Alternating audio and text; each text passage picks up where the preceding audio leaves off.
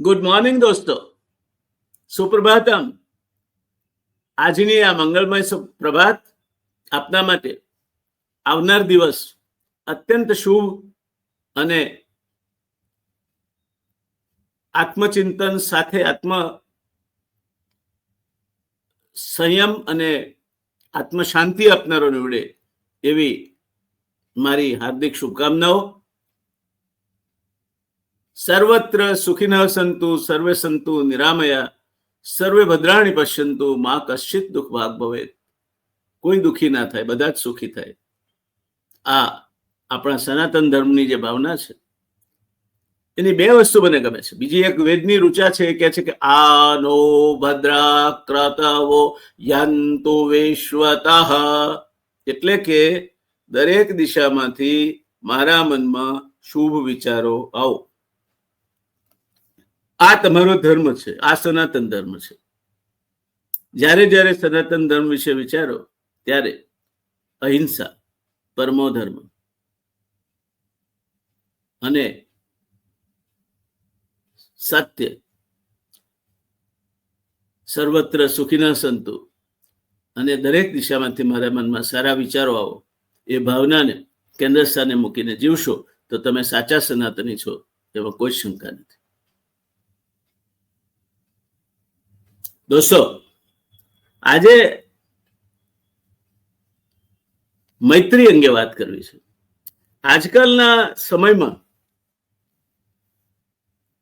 હવે સાહજિકતાથી કહી દેવાય છે કે આ પાયલ છે ને તો મારી બેસ્ટી છે, અને દીકરીઓ પણ આ જ રીતે કહે છે કે સુરેશ તો મારો બેસ્ટી છે. અરે આ બેસ્ટી એટલે શું? તમે મૈત્રીની મર્યાદા સમજો છો? કોઈ પણ કોઈનો બેસ્ટી છે એટલે શું? એના ઉપર હથેળીનો છાંયડો કરીને એને મુશ્કેલીમાંથી બચાવે, એવું કંઈ પણ ન કરે કે જેના થકી એનું અહિત થાય. એ તમારો બેસ્ટી છે, એ તમારી બેસ્ટી છે. વાત વાતમાં તમારાથી ખોટું લાગે, વાત વાતમાં તમારાથી રીસામણા મનામણા થાય, વાત વાતમાં તમારે કંઈક કરવું જ પડે, નહીં તો ચાલે જ નહીં, નહીં તો બીજા એ નહીં ને બીજો નહીં ને ત્રીજો. એ બેસ્ટી નથી, એ પેસ્ટી છે. પાછળ સાઈડ લગાડી દેવાનું, પેસ્ટિસાઇડ, જંતુનાશક છે. માટે દોસ્તો, આજે મૈત્રી વિશે વાત કરીશું. આપના સુપ્રભાતમના આ શુભકામનાઓ સાથે શરૂઆત કરીએ છીએ. સાચી મૈત્રી ભગવાને માનવજાતને આપેલી એક મોટી ભેટ છે. કૃષ્ણ સુદામા કે કર્ણ દુર્યોધનની મૈત્રીના ઉદાહરણો આપણી સામે છે.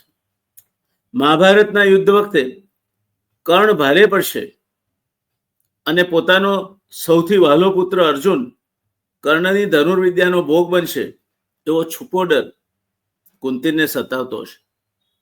આવું ન બને તે માટે પહેલા કૃષ્ણ એને પાંડવો સાથે આવી જવા લલચાવે છે.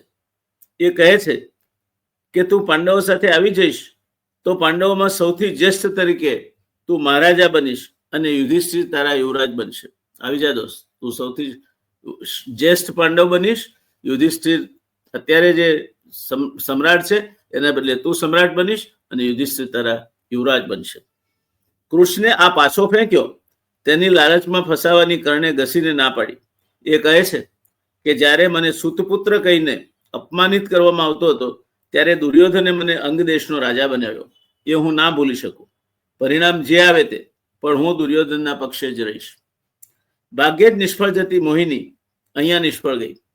સૂર્યપુત્ર કર્ણ સૂર્યોદય થાય ત્યારે નદીમાં સ્નાન કરીને સૂર્યને અર્ઘ આપતો અને ત્યારબાદ કોઈ પણ યાચક એની પાસે માગવા આવે તો એ એની ઈચ્છા પૂરી કરતો. કૃષ્ણે કુંતીને કર્ણ પાસે માગવા મોકલી. પોતે કર્ણને પાંડવો સાથે આવી જવા કહેતા કુંતીએ ખોળો પાથર્યો, કર્ણને આજીજી કરી, પણ કર્ણ જરાય ના ડગ્યો. એણે કુંતીને માત્ર એટલું જ વચન આપ્યું કે તે અર્જુન સિવાય કુંતીના કોઈ પણ પુત્રને નહીં મારે. કુંતીને પાછા ફરવું પડ્યું, પણ કર્ણ એણે કહ્યું કે કાં તો હું મરીશ કાં તો અર્જુન મરશે, તો એ તારા 5 પુત્ર તો કબંધ રહેવાના જ છે. તું પાંડવોની માતા છે, 5 પુત્રોની માતા છે, એમ કહીને કુંતીને પાછી મોકલી આપી. કર્ણ મૈત્રીની આકરામાં આકરી પરીક્ષામાં અવ્વલ નંબરે પાસ થયો. કૃષ્ણ સુદામાની મૈત્રી વિશે પણ ઘણું બધું કહેવાયું છે, એટલે અહીંયા એનો ઉલ્લેખ કરી પુનરાવર્તનમાં સમય બગાડતો નથી. સાંદીપનીના આશ્રમમાં બંને ભણતા હતા તે વખતની કવિતા છે. પછી શામળીઓજી બોલિયા તને સાંભળે રે, એ તો બાળપણાની પ્રીત મને કેમ વિસરે રે. આ કૃષ્ણ, આ સુદામા એક જ ગુરુના 2 શિષ્યો, એક દ્વારકા જેવી સમૃદ્ધ નગરીનો મહાશ્રેષ્ઠ મહારાજા અને બીજો એક અકિંચન બ્રાહ્મણ. આપણે આધુનિક સમયમાં મૈત્રી અને એને કારણે ઊભી થતી એક સમસ્યા વિશે આજે ચર્ચા કરવી છે. થોડાક સમય પહેલા એક કિસ્સો વાંચ્યો. સાથે ને સાથે જોવા મળતા ગાઢ મૈત્રી સંબંધથી બંધાયેલ 2 મિત્રોનો આ કિસ્સો હતો. એમાંથી એક કોઈ પરીક્ષા પાસ કરીને એક ડિપાર્ટમેન્ટમાં ઓફિસર બને છે. અને આ સાચો કિસ્સો છે દોસ્તો. 2 મિત્રમાંથી એક કોઈ ડિપાર્ટમેન્ટલ પરીક્ષા પાસ કરીને ડિપાર્ટમેન્ટમાં ઓફિસર બને છે. પેલો મિત્ર એને મળવા જાય છે. હંમેશની માફક એને પ્રેમથી નામ દઈને તુકારે બોલાવે છે. ત્યારે હવે ઓફિસર બનેલા પેલા મિત્રનો ગુસ્સો એકદમ જ્વાળામુખીની માફક ફાટે છે. એ પોતાના મિત્રને કહે છે, જો હું હવે ક્લાસ 1 ઓફિસર છું, વર્ગ 1 નો અધિકારી છું, મને મળવા આવવું હોય તો સમય લઈને આવવું અને શિસ્તબદ્ધ રીતે જ વાત કરવી. ક્લાસ 1 અધિકારી એટલે કે વર્ગ 1 ની કક્ષાના અધિકારી સાથે કઈ રીતે વાત થાય એ તને આવડતું નથી. મને તુંકારીને બોલાવીશ અને વગર પૂછે મારી કેબિનમાં આવીશ તો મારે ના છૂટકે તારા સામે પગલાં લેવાની ભલામણ વિભાગને કરવી પડશે. અને આ સાચો કિસ્સો છે. પેલો મિત્ર આશ્ચર્યથી ડિગમૂઢ થઈ જાય છે અને આઘાત પામીને બહાર નીકળે છે. આવું ઘણીવાર બને છે. કદાચ આટલું બધું સ્પષ્ટતાથી ન કહેવાય તો પણ એક અથવા બીજી રીતે એ અણગમો સપાટી પર આવે એવી સ્થિતિનું નિર્માણ થાય છે.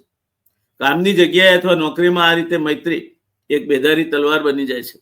જ્યારે સત્તાના સમીકરણોને કારણે 2 મિત્રો વચ્ચેની મૈત્રી કસોટીની એરણે ચડે છે અને બધે જ કૃષ્ણ સુદામા જેવું કે કર્ણ અને દુર્યોધન જેવું બનતું નથી. આનું કારણ જ્યારે સત્તાના સંબંધો બદલાય ત્યારે કેટલીક વાર આ બદલાયેલા સમીકરણોના કારણે પોતે જ્યાં કામ કરે છે ત્યાં ઊભી થયેલ મૈત્રી અરાજકતા અથવા અંધાધૂંધીનું સ્વરૂપ ધારણ કરે છે. 2 માંથી એક મિત્ર જ્યારે મિત્રતામાંથી આગળ વધીને પેલા મિત્રનો સાહેબ બને છે અથવા બીજી વ્યક્તિ એ જ મિત્રની સબોર્ડિનેટ એટલે કે હાથ નીચે કામ કરનાર બને છે ત્યારે જાણે અજાણે આવી વિકટ પરિસ્થિતિનું નિર્માણ થાય છે. બદલાયેલી પરિસ્થિતિને અનુકૂળ થવાની મથામણનો ચરુ મનમાં ઉકળ્યા કરતો હોય અને એને કારણે કેટલીક ગેરસમજો પણ ઊભી થતી હોય છે. અને ગાઢ મિત્રતામાંથી ધીરે ધીરે બંને પાત્રો અને એમના પરિવારો જૂના પડતા જાય છે. એક સમય એવો આવે છે કે એકબીજા વગર રહી ન શકતા સાથે ને સાથે દેખાતા ગાઢ મિત્રો ધીરે ધીરે દૂર થતા હોય તેવું જોવા મળે છે. આથી તદ્દન ઉલટું એમની મિત્રતા એટલી જ ગાઢ રહે અને કર્મચારીના તેના બોસ સાથેના સામાજિક સંબંધો વધે તો એને કારણે બીજાઓની સરખામણીમાં પેલો કર્મચારી વધુ સ્વતંત્રતા ભોગવે અને વખત આવે બીજાઓની સરખામણીમાં એને સારું ટેબલ મળવાના અથવા તો પ્રમોશન મળવાની તકો વધી જતી હોય છે. આવું પણ બને છે. આમ વર્કપ્લેસ ફ્રેન્ડશિપ, કામની જગ્યાએ ઊભા થતા મૈત્રી સંબંધો એ બેધારી તલવાર જેવા હોય છે. 2 માંથી એક વ્યક્તિ સમજદારીપૂર્વક પોતાની વર્ષોની જતન કરીને જાળવી રાખેલી મૈત્રી સંભાળી લે અને ધીરે ધીરે પેલા કર્મચારી મિત્રને અહેસાસ કરાવે કે તે બંને વચ્ચે જે મૈત્રીનો વડલો ઉછર્યો છે તેની છાંયમાં રહીને જ પોતે પણ જીવવા માંગે છે અને એથી વધારે સમજદારીપૂર્વક આ સંબંધો નિભાવીને બંને એકબીજાને મદદરૂપ પણ થવા માંગે છે. તો કોઈ પણ પ્રકારની ગેરસમજ થાય તે પહેલા એ ઉકલી જાય છે અને પેલી બેધારી તલવાર બહુ સલામતીપૂર્વક મ્યાન થઈ જાય છે. દોસ્તો, સંબંધ જાળવવો એટલે કાચો પારો પચાવવા જેવું કામ છે. સરળ નથી. ક્યારે પણ સંબંધોમાં અયોગ્ય હોય તેવી છૂટછાટ લેવાનો, અપેક્ષા રાખવાનો પ્રયત્ન કરવો નહીં. સંબંધો જેટલા અપેક્ષા રહિત હશે એટલા તમે સુખી રહેશો, સંબંધો પણ સારા રહેશે. સંબંધોમાં જ્યારે અપેક્ષા ભળે છે ત્યારે દૂધપાકના તપેલામાં તમે લીંબુના 2 ટીપા નીચોવી દો તો જે પરિસ્થિતિ થાય ને દૂધ ફાટી જાય તેવું થાય છે. માટે મર્યાદા જાળવો. Deal with the situation at an arms length એવો અંગ્રેજીમાં શબ્દ છે. જરૂરી અંતર રાખો, સ્પષ્ટતા રાખો અને તમારા સંબંધો વધુ મીઠા બને, વધુ સમજદારીપૂર્વકના બને એ રીતની કાળજી રાખો તો મને લાગે છે કે એ સૌથી વધુ સારું હશે. તો દોસ્તો, આજના એપિસોડમાં આટલું જ.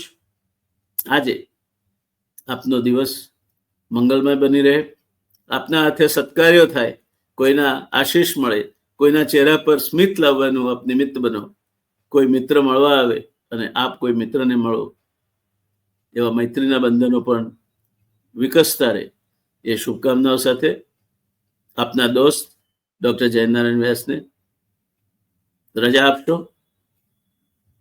Have a nice day friend. All the best. ધન્યવાદ.